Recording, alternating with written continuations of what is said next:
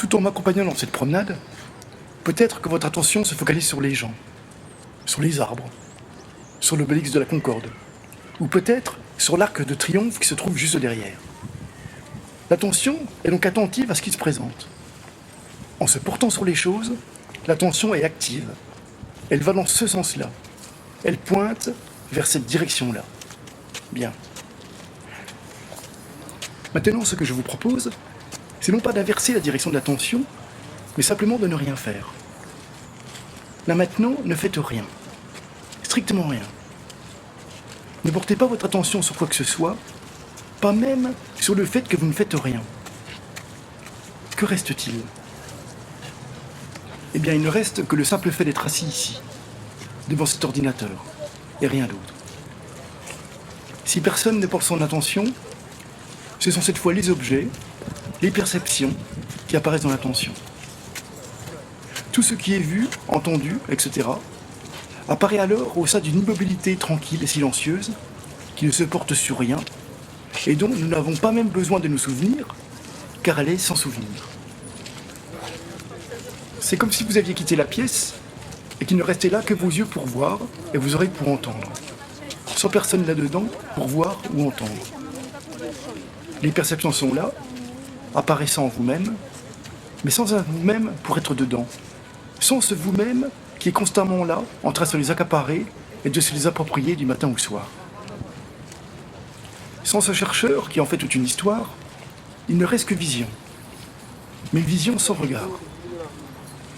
Une vision qui sait qu'il n'y a actuellement que le simple fait d'être assis ici, mais sans le dire. Parce que les perceptions sont là, déjà là, avant même l'idée de le dire. Maintenant, en supposant que cette scène soit une pensée que je vous aurais en quelque sorte inoculée, il vous est tout à fait impossible de dire s'il s'agit de la promenade que j'ai faite hier ou l'image de celle que je projette de faire demain. Car une pensée passée ou future ont tous deux la même saveur. Mis à part la mémoire fonctionnelle qui est présente dans la vie quotidienne, sans mémoire, le temps n'existe pas. Sans mémoire, il ne peut y avoir de pensée. Sans mémoire, disparaît cette idée saugrenue de vouloir vivre dans le moment présent parce que vous y êtes déjà. Parce qu'il vous est impossible d'être ailleurs, impossible non plus d'être dans un autre temps.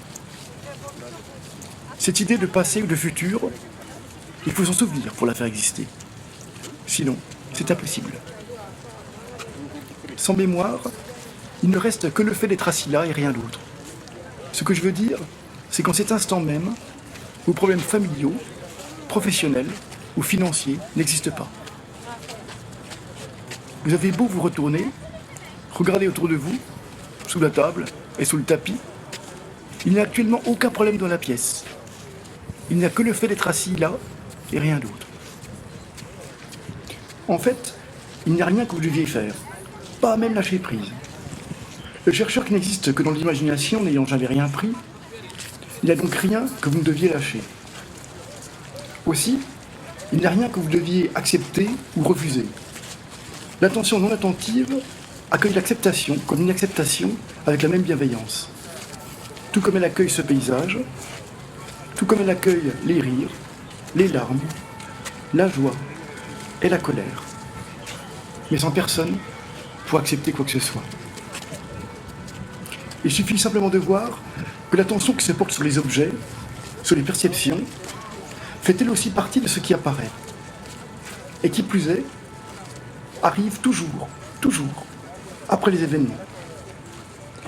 Cela conduit alors à explorer le juste avant de toute chose, qui met aussitôt fin à toute recherche.